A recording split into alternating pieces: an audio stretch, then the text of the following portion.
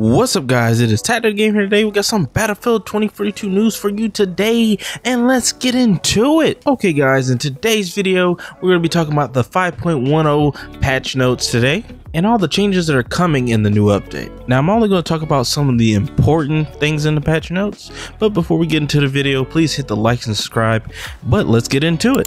Now, and the first thing we're going to be talking about is the new season event that's coming in July, and it says here, before we head into the changes taking place for update 5.0, we wish to confirm that next season event will be arriving in July, and we shall share full details with you and get closer with launch event and expect an earnable cosmetics to require.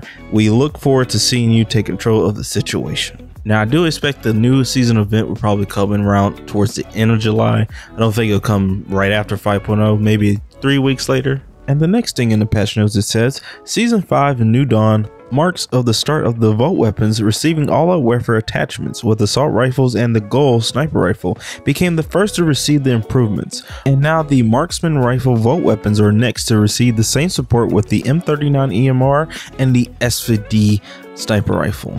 Now I thought they were going to do the LMGs instead of the marksman rifles, because since the LMGs are the majority and people are now leaning more towards the LMGs because of the nerf to assault rifles beaming across maps and stuff like that.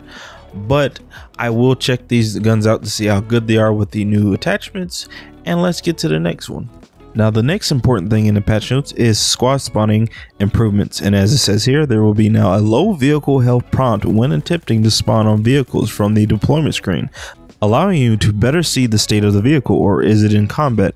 We also restricted the ability to spawn on foot with a CAV brawler, and should the vehicle be at capacity or currently in combat, this helps prevent untimely death upon spawn. Now I do like this change to the vehicles where there is a health bar, so you won't get into a vehicle where you basically just die off the bat.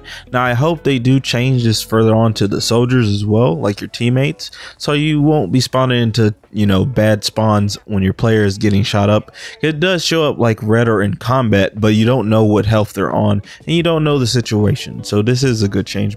Now I don't play Hazard Zone, but there are some changes, but I will link the full description of all the changes in there, but I don't want to go through the whole thing with Hazard Zone, so I'm just going to go ahead and go with the last thing, and that has to do with that being the vehicles. Fixed an issue with the 20mm flat cannon where it did extra unintended damage in the direct impacts, and then also it says lower the 20mm flat cannon impulse. It should no longer move air vehicles on wobble, and also reduce the range of 20mm to 200 meters and below.